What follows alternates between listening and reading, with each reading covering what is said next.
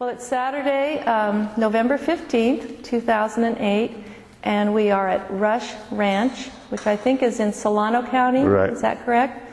And we're here to interview Mr. Ross Hanna and later his son, Michael Muir. So I'll just start with some questions to get us going. Okay. And first of all, I'll just ask you to state your name and if you can just tell us a little bit about where you were born. Mm-hmm. And when, if you want to tell us that. Sure. Okay, I'm Ross Hanna, and I was born in 1922 in San Francisco, but my family was living in Alhambra Valley, which is south of Martinez, a few miles. I lived on a ranch there until I was 18. I went to school in Martinez and at Alhambra, and my mother was John Muir's oldest daughter, Wanda. And as I went to school, I had a lot of the teachers would often ask me questions about my grandfather. And I was kind of reluctant. I was incidentally the youngest of 6 children, so the teachers there, a lot of them had gone through my whole family, and they knew a lot more about my grandfather than I did, because I didn't ever meet John Muir. He died 8 years before I was born.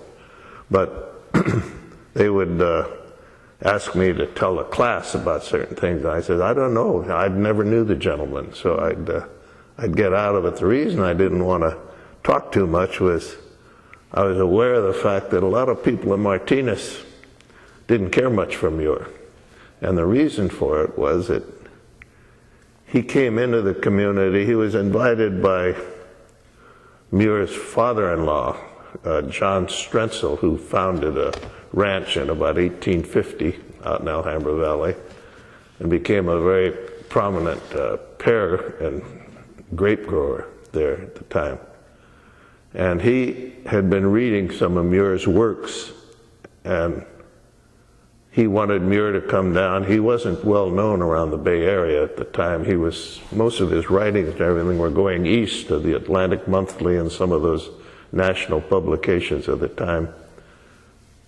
And he wanted him to come out, and Dr. Strentzel had a lot of friends at the University of California and so forth around the Bay Area. And he wanted to introduce him down there and get him better known, so he invited him down. And incidentally, that's where Muir met his daughter. By this time, Muir was about 41 years old. She was about 25, I think. And they were married a year or so later. And Muir went to work for Dr. Strentzel and ran the ranching part of the thing. He was a licensed doctor, but he has quite a history of his own. But anyhow, John Muir came out and was married and had 2 children, but then he always had the yearning to go back to the mountains for several months at a time, and the local Italian people, especially around, Martinez has a lot of Italian people there, and they didn't think much of somebody that come in and marry a very prominent young lady in the community and then take off for months at a time. He did this because he was in charge of the ranching operations, but he brought a brother out from Wisconsin to kind of take over his duties there, and he'd like to go off into the mountains. Now both his in-laws and his wife were aware of what he was doing and what he was studying, and they approved of it. It was okay with them. But the people in Martinez, especially the old-time Italian people, they didn't think much of that, and I probably wouldn't have either if I lived there at that time. And so I kept my mouth shut pretty much about my grandfather. And of course, I grew up in the house that they moved into when they were married, and had a lot of books. I think we had 2,500 something books that he had collected in our house, their big ranch house. And so I told him I didn't know much about him. My mother and dad had kept me clued in pretty well, so I didn't really have that much interest in John Muir until I came back after World War II. I was in the service, And when I came back, I noticed more and more people were talking about John Muir. Oh, I thought it was kind of strange. And it seems that there was, the environmental movement was starting to become popular. It had almost become extinct during the war, They didn't worry about saving anything then, So I started getting a little bit interested, and then one day, years later, my good friend Mario Menacini called me. I went to school with him there, and he was on the board of directors of the John Muir Association in Martinez there, around the house, the old house that Dr. Strentzel built. And he said he had to get off the board because, like we were talking, he was in so many other things there. And he asked me if I'd take his place on the board of the John Muir Association there, and I did in about 1997, I think. And I was kind of embarrassed because I found that they all knew more about my grandfather than I did. So I did a little bit of cramming, and I'd read most of the books that he had written, or Linnie Marsh Wolf's book about him.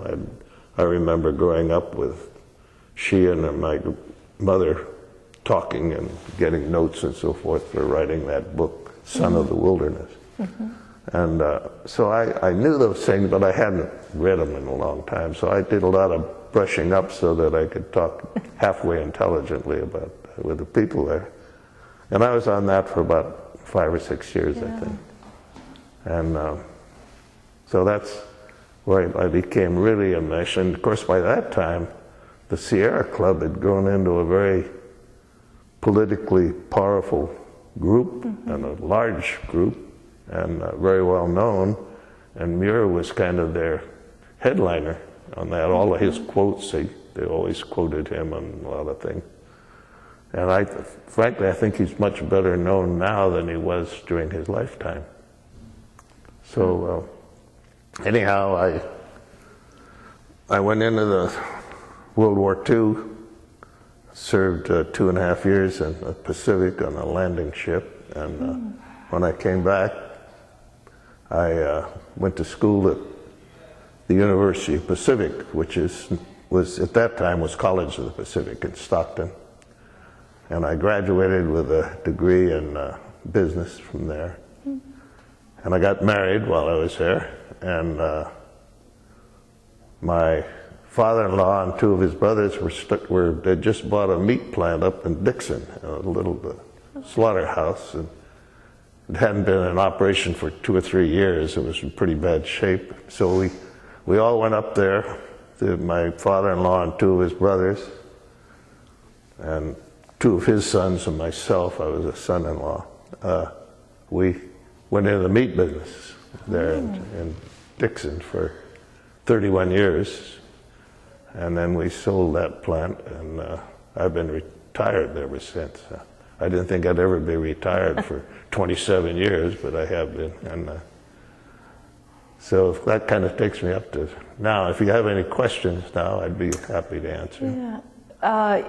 The house you lived in the Strentzel house, was that the first house that they built that burned? Farther out in the valley? Yeah. That's the house that burned. Right. You did not live in what we now call the John Muir house? No, I never did. In fact, I'd never been in it until after it had been taken over. Taken over by the Park Service. But I did used to take trumpet lessons out from an old gentleman that used to play with the New York Philharmonic under Toscanini.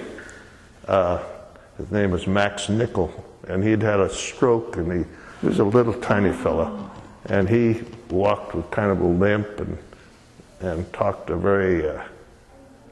a German accent, and he coached our high school band when we got ready to go to the contests and so forth.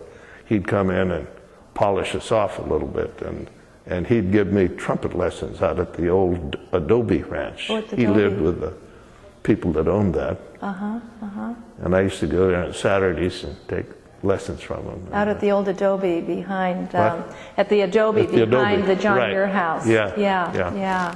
Oh, that's interesting. Yes, there was an article not too long ago about that gentleman and he helped. Tell us about the band that you played that was such an award-winning band. Yeah, it was a high school band, and at that time we used to go once a year to these band, they call them festivals, they're contests, and they would, and they had class A, B, C, and D, I think, and they depended mostly on the enrollment in the high schools.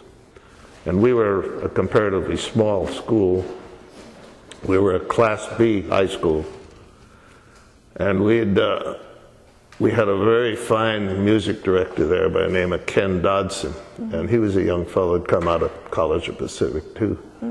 And he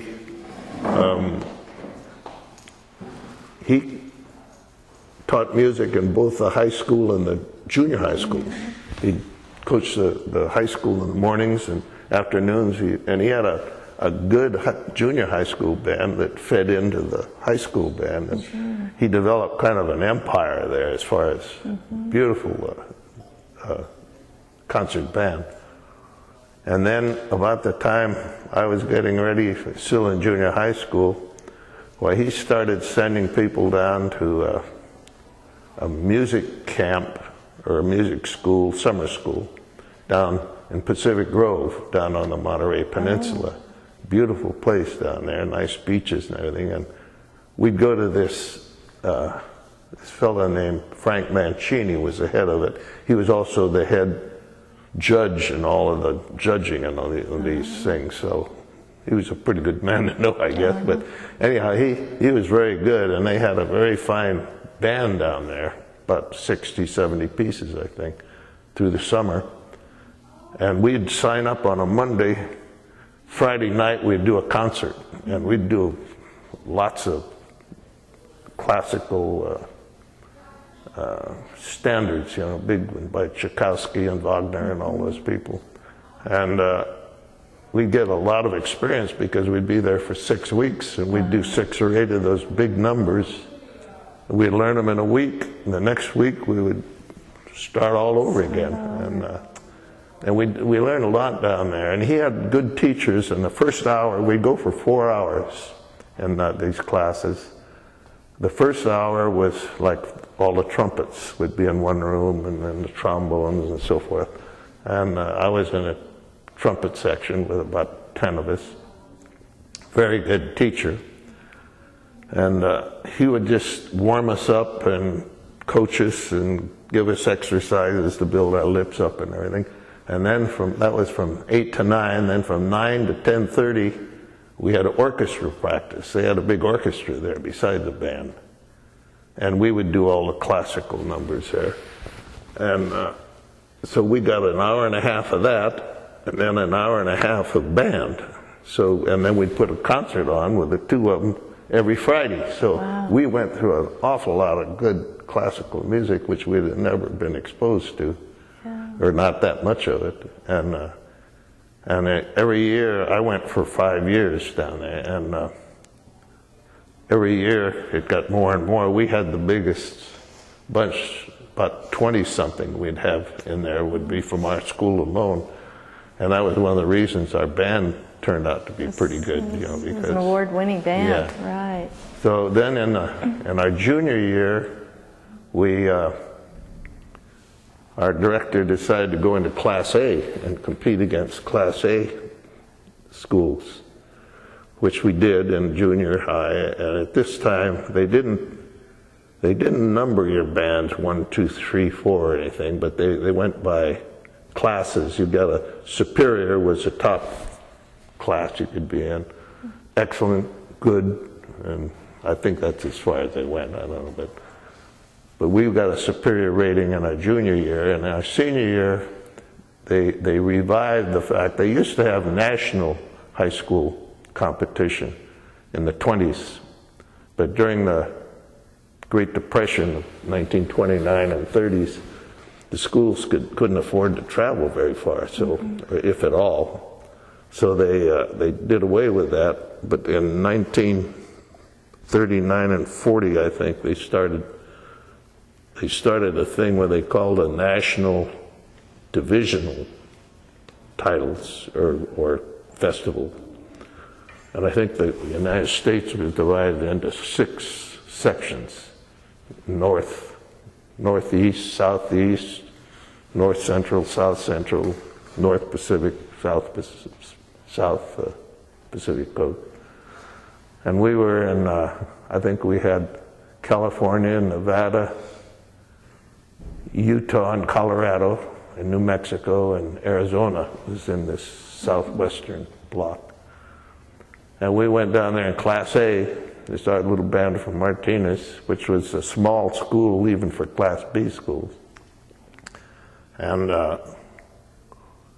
only 2 Class A bands got superior rating. It was ours and Beverly Hills High School band. Oh, wow.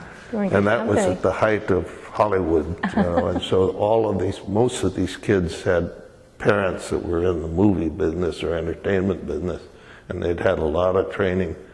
And we had about a 70 or 70-something piece band, which was a pretty big high school band.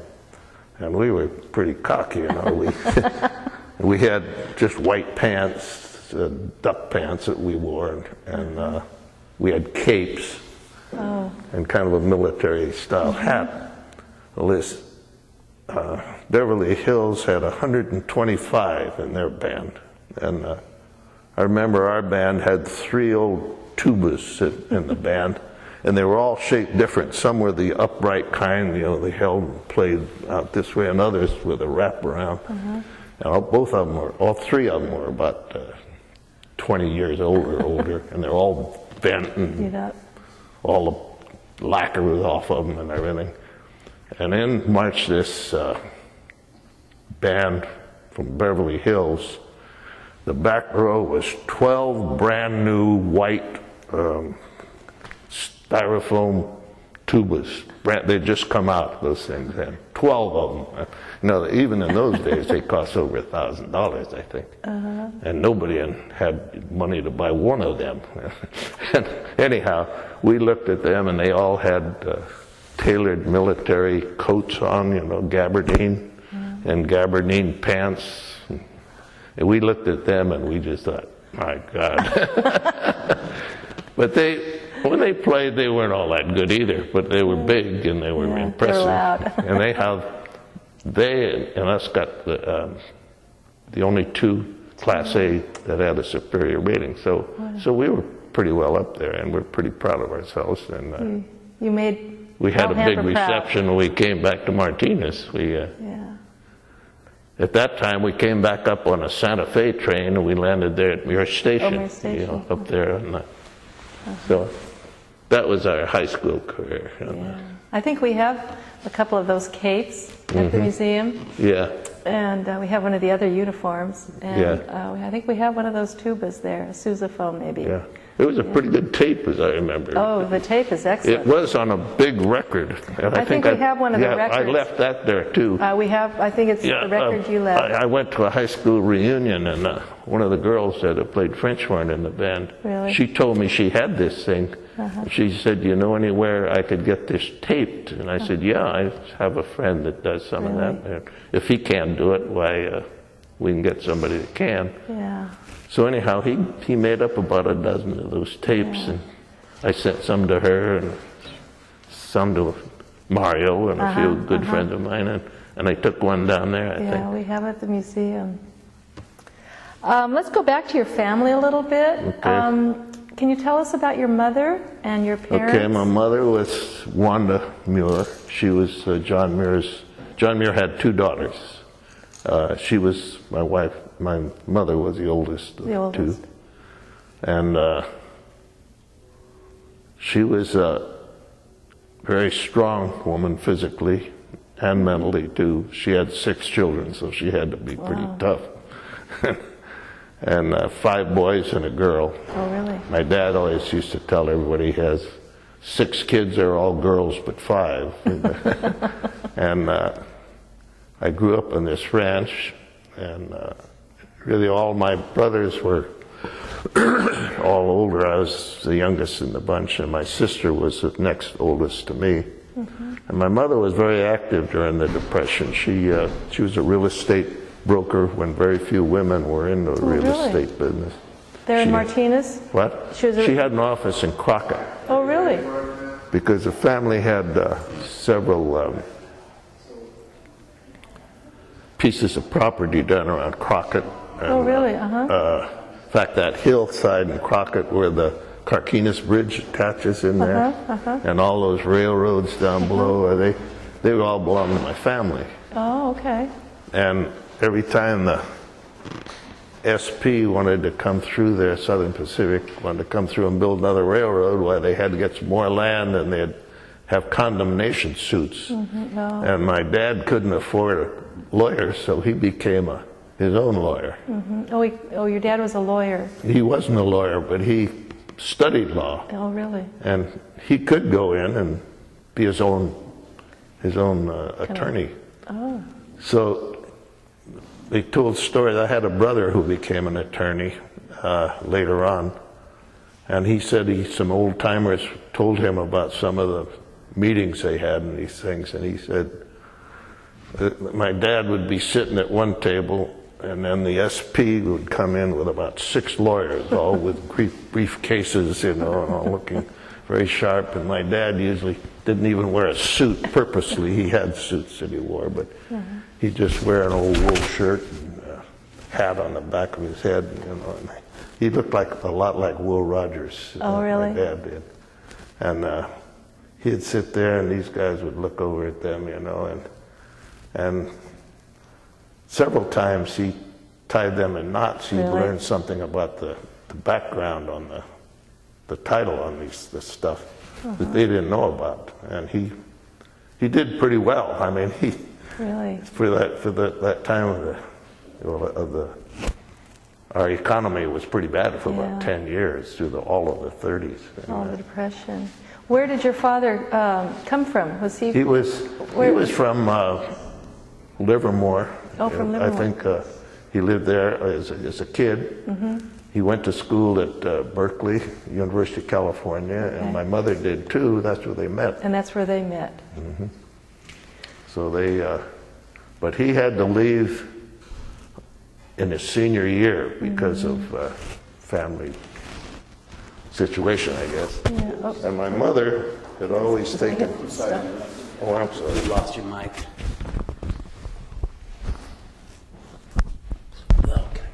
There we go. Wheel around too much.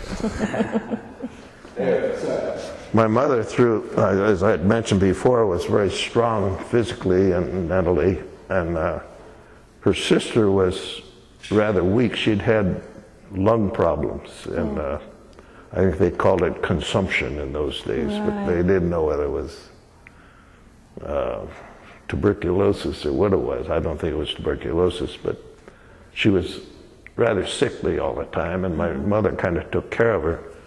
And long about the time my dad had to drop out of college his senior year, while my mother, they had sent my aunt down to the desert area down around Daggett, which is out of San Diego, out east in the desert out there.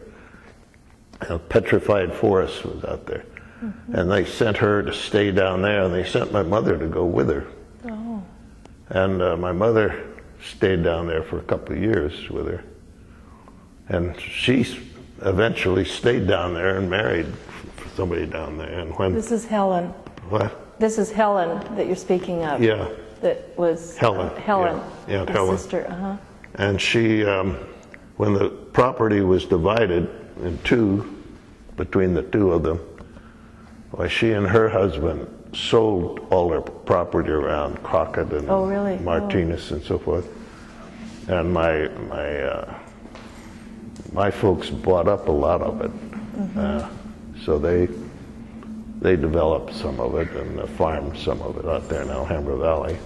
What did they farm out there in the valley? Pears. Pears. And primarily pears and grapes. And but they also raised tomatoes, corn, a little bit of everything. Can you kind of tell us where this property was in relationship? It was just about a mile due south or right up the valley. Okay. From where the big house is. Okay. And it was a rather large house. It was built in 1852, I believe. Mm-hmm. And when my mother died, about the first year that I was in the service in 1942, and then my dad, the war was going then, and so my dad, being a surveyor and had civil engineering, teaching and so forth in college, he went and worked with the Army up in Alaska when they had a large Army camps, and they built a lot of highways up there because the Japanese had moved into the far western islands out there of Alaska, and they had to build up an Army presence there. And so my dad went there and worked, and when they divided up, they had of course, through the 10 years, my family had worked,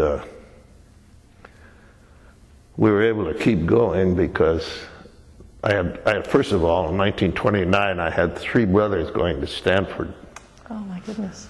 And, of course, in 1929, that stopped, and they all had to go to work. Really? And as a result, my folks wanted everybody, they weren't able to finish college, and it was their ambition to have all 6 of us go to college. Turned out I'm the only one that ever graduated from college. But my one brother, Dick, had gone for a couple of years, and then he wanted to be a lawyer, and they told him he could take an entry exam into law school without graduating. Normally they did that after they graduated. Mm-hmm. But he took it and passed and was able to become a lawyer. And, but I was going to say they divided this property half to my mother and half to Helen, and she and her husband sold all of their stuff and bought property down in Southern California. Oh, I see. And but that property was not worth much during the 30s. Yeah. In fact, you couldn't even get anyone to take it over and pay the taxes on it. Really? Yeah. So when the economy kind of picked up, World War II was getting rolling. Why then, my parents had to sell most all of the ranch here in Alhambra Valley, but they gave plots to each one of the kids. Oh. They could build on it, or they could sell them and build somewhere else, which a lot of them did. One of them, my oldest brother, built a home right there, and just toward the north side of the ranch, and they left me the old homestead, the old one, and it was on about 1.5 acres. And but I got in the meat business after school, and I had no money, and so. And it needed a lot of work. It was about 100 years old then. This is the house you're speaking of? Mm-hmm. Mm-hmm. So it was rented to some people. Mm-hmm. So finally I put the house up for sale. Took about 1.5 years to sell it, I think. Really? It was up on a knoll. Of course, my grandfather had the benefit of having anything in the valley he wanted to build on. It wasn't habited then at all. But it was hard. It was about 1.5 acres there. It was very difficult. I think I finally sold it for about $13,000 or something. This prices were very cheap. And this is near where the Strensel Cemetery, the famous the cemetery plot is. Yeah. And they talk down below the knoll there. Down below the knoll. Yeah. And then they talk about Strensel Meadow. Is that? Brett, is that in that same area? About where it is, right? The meadow? The meadow. Well, we didn't ever call them a meadow, but there were orchards. Right. And there was, just across the creek, there was a vacant flat area where they raised tomatoes and corn and stuff like that. Did you ever play in the creek? All the time. Can you tell us about that? Well, you came out of there, you were always pretty muddy and dirty. And I had 2 nephews one of my sister's boy, who was named Ross also, Ross Delitko. He and his cousin, who were my oldest brother's family, my sister built a house out there too, so they were, the two cousins, they just about lived in that creek. Really? And I never saw two dirtier kids in my life. But I spent a lot of time there and in the hills up above. And I always wanted to hunt and have guns and so forth. Most boys do, I guess. And all my friends had BB guns and things, and my dad was death on BB guns. He said that's the most dangerous gun there is because kids treat them as a toy. Yeah. And I remember kids after school chasing each other around and shooting these BB guns, they'd kind of at each other and thought nothing of it, But it wasn't until about the third grade I was really after my folks for a gun. And I thought I'd get a 22 or something like that. And my dad didn't like 22s either because they're a very small gun. They don't make much more noise than an air gun, Oh, really? Just a little ping. But they travel over a mile, the bullets do, and they're pretty dangerous when you can kill somebody with one of them. And if kids have been playing with BB guns and they get a 22 and handle them the same way, they can be pretty dangerous. So the first thing my dad did is he bought a single shot 20 gauge shotgun for me. My eyes opened up. My older brother took me out and taught me how to shoot it, and I couldn't. When I left the house, I had to have it broken open, so that the shell chamber was open. I couldn't put a shell in it until I crossed the creek and got up into the hill area. Really? And of course, the shotgun, I could only take a few shots with it, and then I'd have to put it up because my shoulder would get all blue. But I was pretty impressed with it because it made a lot of noise. Oh. And it doesn't have near the range of a 22, but of course it scatters. And I shot a lot of rabbits and quail, and we had those for breakfast a lot of times. Really? And so you went into the hills east of the home there, right? The house in the roadway was kind of in the center of the valley, and this was the east side with the east hill. Now the west hill over on the other side is now called Mount Wanda. I was going to ask you about Mount Wanda. That was named after my mother. And who named it Mount Wanda? Well, they said that Muir did. Did he? But and I'd never heard of Mount Wanda. I think they made, some of these things get kind of made up, I think. By the time I got into the Muir thing, I told somebody that I think they were wrong, and I got kind of, look. So I left. I said it didn't make any difference. It's Mount Wanda. Yeah, but I'm sure it was named after the Muir Association got in there and got hold of it. They named it that. Right. Did you know your grandmother at all, Louis? Did you? No. No. You don't. I didn't know them, or I didn't even know my grandfather. Right. Or his wife. Right. They were both gone. See, being the last of six, I was pretty well down on mine. Right.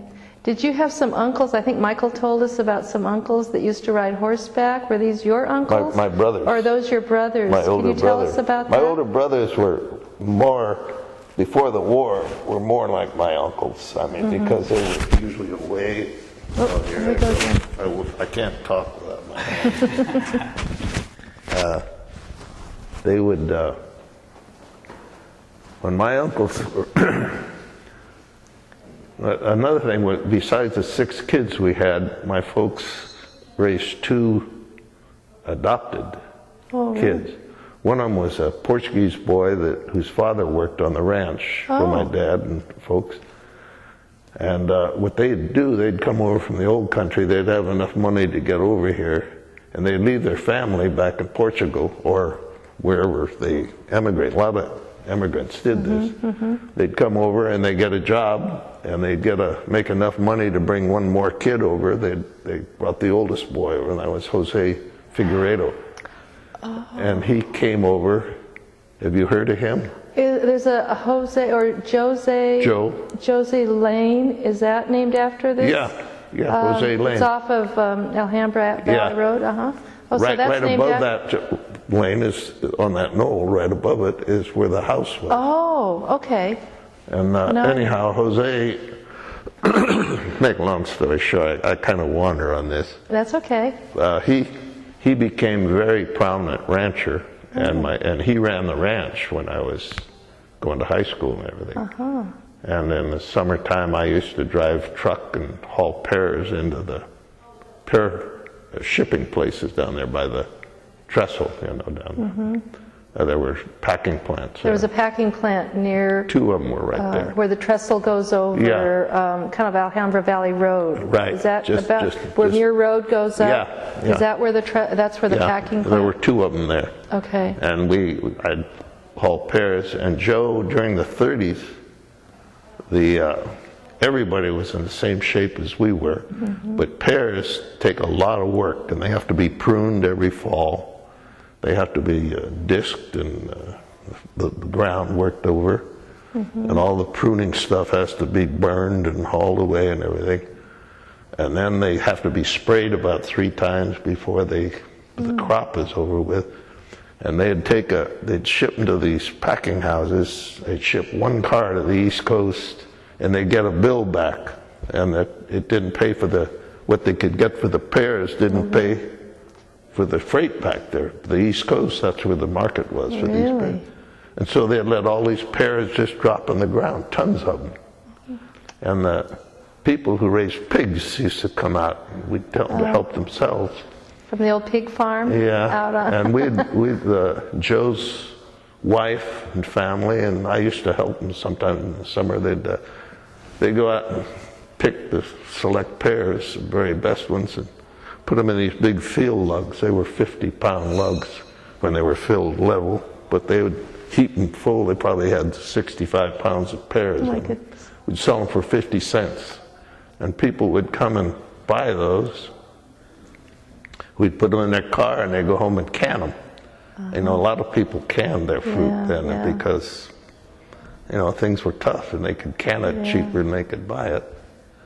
And so, well, make a long story short, that was Joe, and then there was what was his last name? Figueiredo. Figueiredo, okay. Portuguese boy.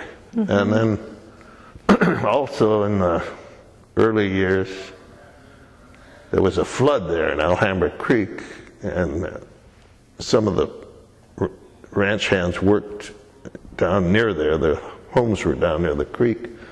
And they had one woman there who was a single woman, had a son who'd had polio and had a crippled arm. But she was swept away in this flood. Oh, really? And here there was Jose, when he came from Portugal, he was 9 years old. And this other boy was about the same age. So my folks raised them both. So they... And when my boys, my older brothers, 2 of them, one was 9 and one was 7, if you can imagine this. And this older boy with a crippled arm, he was about 12, I think. They put him on horseback, 3 horses riding and 1 pack horse, and they sent him off for the summer. They put him on the ferry boat in Martinez, and they went up to Stockton. Oh my goodness. And then the 3 of them just rode out across country, and they headed for Yosemite. And they got along, and they just parked along the road somewhere. Of course, the highways weren't very crowded or anything in those days. Hardly any cars. And this was about When was this? What? About what year was this? When they... Well, let's see. During the Depression years, 30s? About 1916, I think. Earlier. 16, 17. There weren't many cars. Yeah, there were cars, but not too many. And not many of them traveling up into Yosemite. And anyhow, they went on horseback. They were gone all summer. Oh my goodness. And they got there during the 4th of July, and the Indians up there had a 4th of July celebration in the valley, and they had horse races. And they said, my brother John, he was the youngest one, he was 7 years old. He wanted to race in there with them, and they said, the Indians didn't want him to because they said it was only for Indian ponies racing, and he said, well, my horse is an Indian pony, and it came from Nevada somewhere, and really? it was got from an Indian reservation. And so he got on this horse, and he came in second, and he got $50, I think, or something for this prize money, and the Indians were kind of put out about it. And then they went again another year, the next year, I guess. And at that time they were making a movie, an old Western movie, silent movies, you know, but where the Indians came over the hill and the good guys, you know, were riding after them. And they needed a lot of horsemen. So my two brothers, the three of them, they worked with their horses. They furnished 3 horses for them, and they paid them pretty good money up there. They made some money up there that year. And, this was up at Yosemite. Yeah. They got all the way to Yosemite. How long did it take them to get up there by horseback?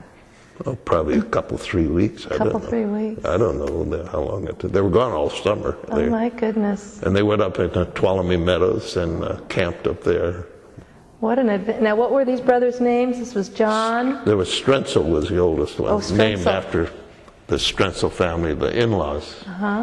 They called him Strent. Strent. And then there was John. John. And then there was Richard, he was the attorney. And then Bob was the youngest above me. And then my sister was the 5th one. Everybody said my mother was so happy to get a girl in the family, she tried again and got me until she quit. But anyhow, that's... John just passed away not too long ago. That's right, he was 98 years old. 98 years old. Last year. And where did he live in the valley? No, he lived, he was the most active in farming. You know, really? He worked with Joe a lot, and when Joe was running the ranch, and drove tractor and pruned, and he was very active. And during the war, he got a job as the salesperson at the Selby Smelter down near, and he worked there as a purchasing agent for years, and then retired, and he bought a ranch in Napa Valley. Oh. And his son and grandson up there still live there, ranching, and they raise grapes, and they have a winery now. Is that so? That's the family that has the winery up there. Yeah, the Muir Hanna winery. Muir Hanna winery. Yeah. Good wine. We've had. Yeah, it is. Very good wine. They're pretty proud of it too. It's very good. I can't afford it.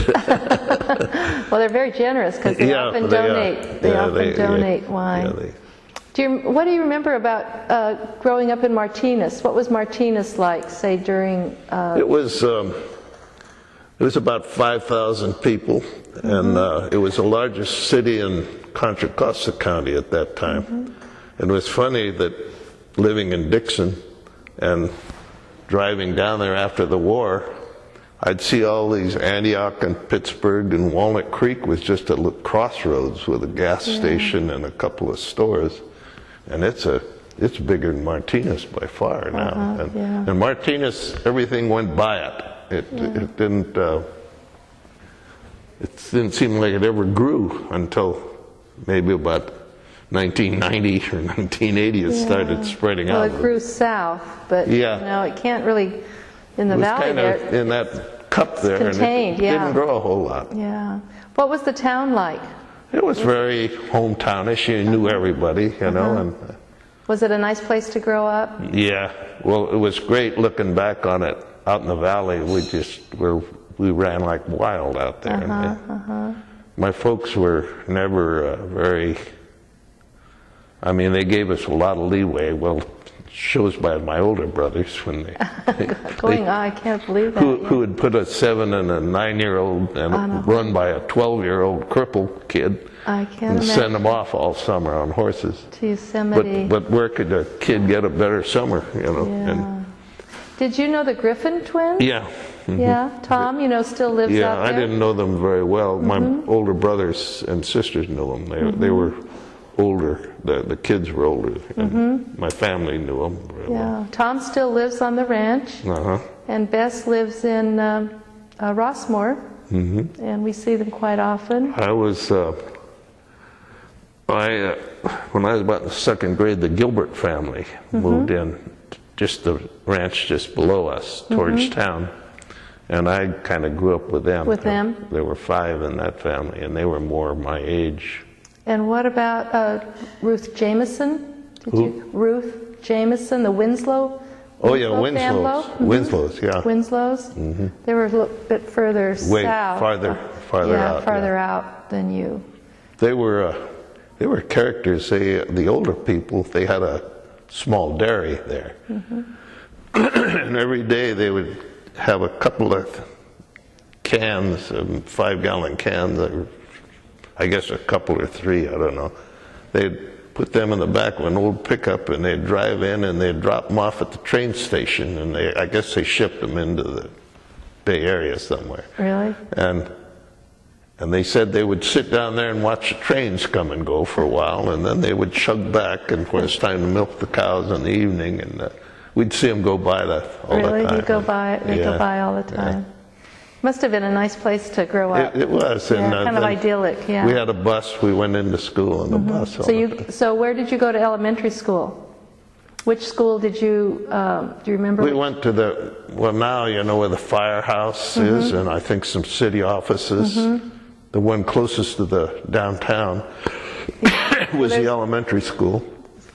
Maybe the one that's now the Boys and Girls Club? Is that the elementary school that you went to? Well, one of them had been the fire department too, I think. Okay. And the other one was the lower school, and the other was the grammar school, 4th, 5th, and 6th grade.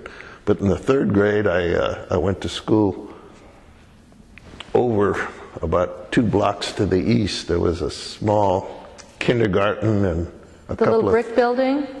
The brick building on Susanna? Yeah. They just tore that down. They did. They just tore that Makes down. me feel old. Yeah, it's too bad. It was a nice... That's where they built a new district office, school district office. Moved in there next door and tore that down. Yeah. I went to 3rd grade there. I enjoyed that. Really? Yeah. So you were brought in by bus from the valley? And then later on, when I was in 6th, 7th, and 8th grade, I used to milk the cows. Oh. And the bus coming in on cold winter mornings was kind of an experience, because we'd all milk the cows and be out in the mud and stuff, you know, with the cows, and we wouldn't change our clothes or anything before we got on that bus, and all cooped up in the wintertime. And I saw the bus driver one time after the war, and he was telling me, he says, "Boy, when you guys in the valley got onto that bus, it was something." He said, no matter how cold it got, we always opened the windows. Oh, dear. It was a good place to grow up, looking back on it. You know, it was a small town, and we lived out in the valley, and kids from town always wanted to come home with me, you know, and they could hunt, and while we went and got the cows in and all that kind of stuff. Yeah. But then in the 8th grade, I was on a tumbling team. Oh. And I cracked a vertebra in my neck. Ooh. And I was in pretty bad shape, and I didn't go to school. That was happening in about February of my 8th grade. And I didn't go to school again until the following fall. I was out a whole semester, stayed home, and then I couldn't go out for any sports until I was a junior in high school. And then I played football and track then, but I didn't. Okay, do any of you have questions? Brett, do you have any questions? I should have told you to be thinking of that. Yeah.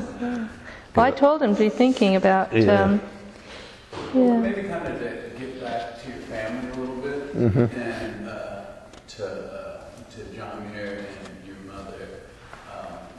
What kind of memories or stories did she, or other older family members? Well, she told about growing up in what we call the big house. The big house. You know, they lived there, but they visited, they went back and forth all the time. And then in about 1890, I guess,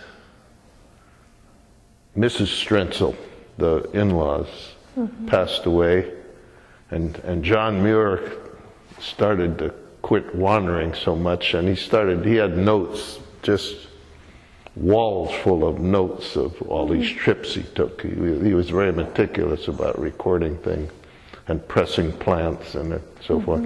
And so he started writing in the regular books all this stuff.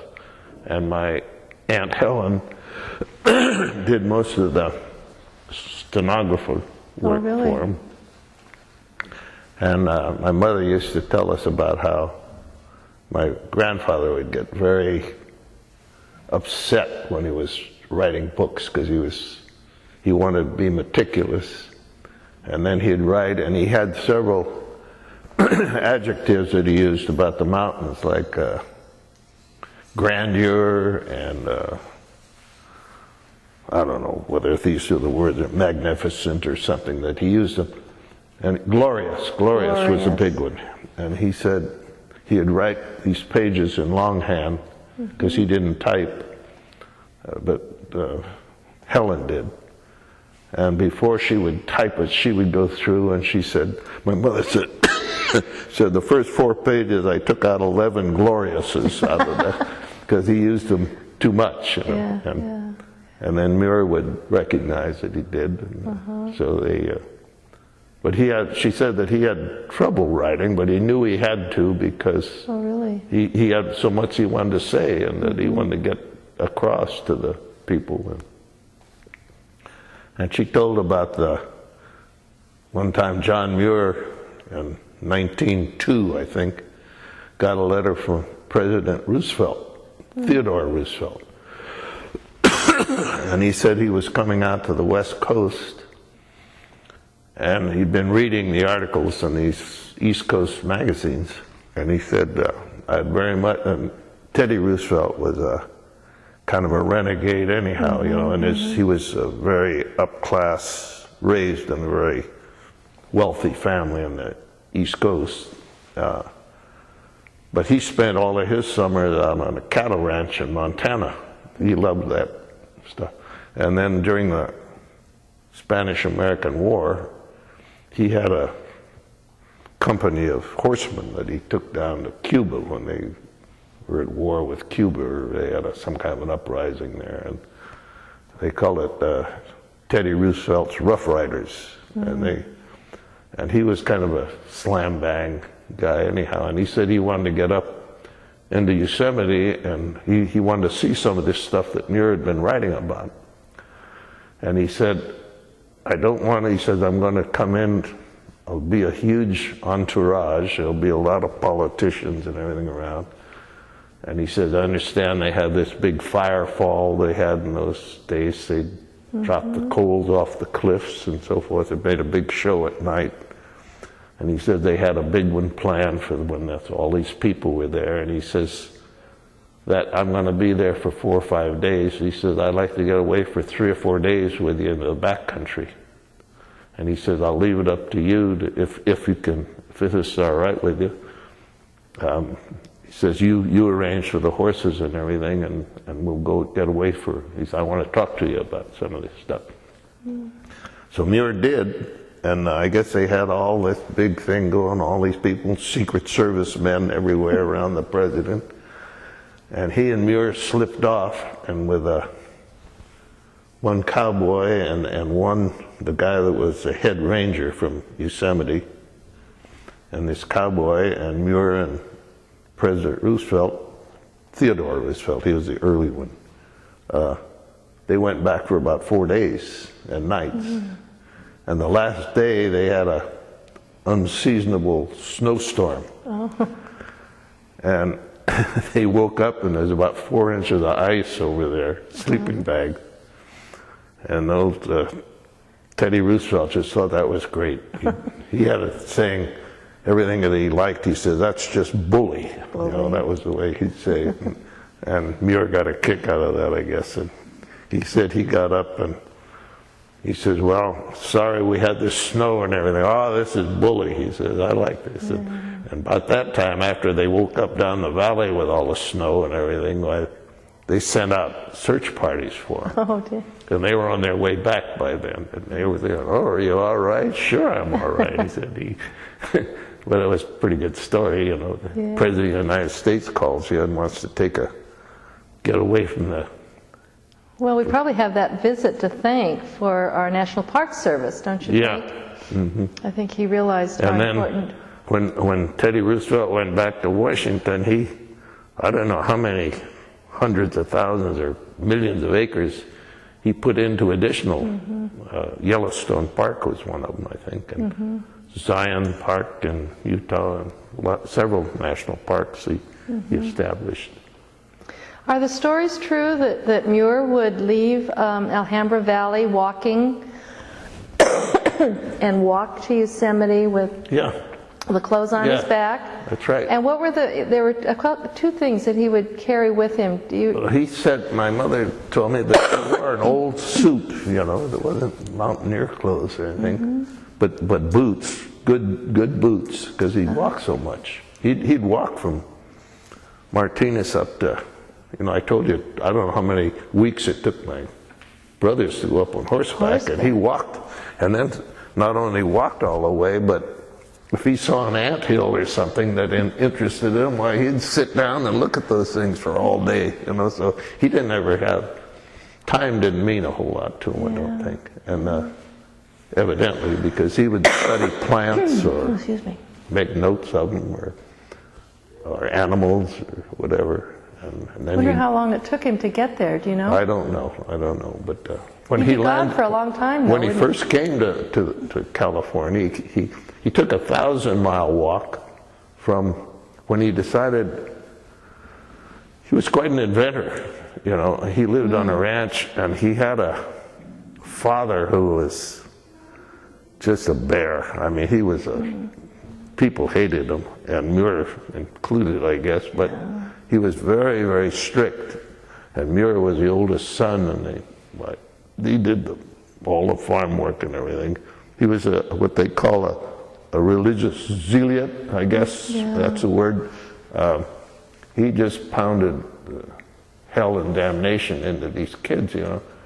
And he said that they'd work them until dark, and then they'd come in and they'd clean up for dinner, and then after dinner he'd go into an hour and a half tirade about going to hell if they didn't do this and that, you know, and a real nut. So Muir put up with that till he was about 20, but while he was there, he turned out to be he was evidently a genius, you know, of mind, and he started inventing things, and the neighbors felt sorry for him. Neighbor farmers around in Wisconsin where they settled, they felt sorry for this kid because he was working so hard, and he loved to read, but he wouldn't let them read anything except the Bible. So they'd slip him these magazines which were comparable to mechanics or mechanical magazines and stuff. So when he was about 15, he built himself a clock. He lived in the attic he had a room of his own up there in the attic. And he built this clock out of strings and old springs that he had around, wagon springs and everything. It was a big thing. I guess it was probably bigger than that screen. It was on a wall. And it had strings and weights and so forth. And it kept pretty accurate time. And so he would set that thing so he could get up. He had to go to work at dawn, I guess. So he'd set that clock. But in the meantime, he wanted to read all the time, but he had no time to read. And so his dad finally said, well, if you want to read, you can read. You can bring these books in, which you're bringing them in anyhow, I guess. So he would set this clock. He had a fuse. He had a fireplace in this little attic room. He ran a fuse from the clock into this fireplace, which he would set at night. I mean, set it ready to go, but didn't light it. And about 15 minutes before it got Muir up, it would light the fire so that it would be warm when and then the alarm that he had to get out of bed was he built his bed on a pipe lengthwise under the bed on ratchets, you know, so it caught on there. And then at this appointed time, the clock would release these ratchets, and the bed would roll over and dump them on the floor. And when the floor got so cold in the winter is when he invented this thing to light the fire 15 minutes ahead of time. He did all kinds of stuff like this. What a genius. Really a genius. And then he had a thermometer that they built out of old, they said they used these barrel, not the stays, but the bands, the metal bands around. He used some of them that he had around, and he built a huge thermometer on the side of the barn. And it was a big thing that the neighbors could see from the neighboring farm. And it said that it was so accurate, and he had a, you know, marked off gradations all the way around for time, you know, I mean for the temperatures. He said it was so accurate that if a person walked up to it, like walking up that camera, if you walked up to within about a foot or two of that wall, it would record your body temperature. I mean, it would start going up. It would show particles of 1 degree, you know, in there. It was so accurate. So when he was about 21 or 2 years old, some of his neighbors talked him into leaving the ranch, and he figured when he was 21 or so that he was entitled to some of his own time, I guess, finally. Yeah. So they told him to take some of these inventions of his and take them to the state fair in Madison, Wisconsin. So they got on an old puffer belly engine of some kind that went into Madison, and Muir had these inventions wrapped up with string around and under his arm, and he went into the fair, and they took a look at some of these inventions. He brought his bed rolled out, and the fire that lit up, and it was a smash hit at the fair. The people were just entranced with it. He also had his big thermometers and all this stuff around. And they said one of the biggest draws there, every kid in town wanted to be in the bed when the alarm went off. And so he became quite well known just by this thing. And a professor and his wife from the University of Wisconsin invited him to come live with them.